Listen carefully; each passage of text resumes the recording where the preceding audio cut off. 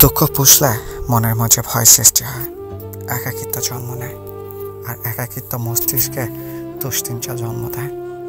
দুশ্চিন্তা মানুষের ঘুমকে খেয়ে ফেলে এবং মেরে ফেলে সকল স্বপ্নকে। স্বপ্ন মরে গেলে মানুষ তখন বেঁচে থাকার ইচ্ছা হারিয়ে ফেলে। তাই দুঃখ কখনো পুষে রাখতে নেই। হয়তো কান্না করে চোখের জলে ভাসিয়ে দিতে হবে, নয়তো হেসে উড়িয়ে দিতে হবে। তবু দুঃখ পোষ মানানো যাবে না। দুঃখ পুষলে দুঃখেরাও দুঃখ পায়। জীবনকে মূল্যায়ন করতে শিখুন। জীবনটা অনেক দামি, একবার হারিয়ে গেলে আর কখনো ফিরে পাবেন না। জীবনের প্রতি একটু সিরিয়াস হন।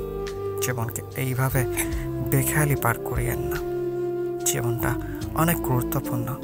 একবার মৃত্যুবরণ করলে 1000 বছর কান্নাকাটি করলেও দ্বিতীয়বার জন্ম নেওয়ার সুযোগ পাবেন না। জীবনের প্রতি অনীহা রাখেন না।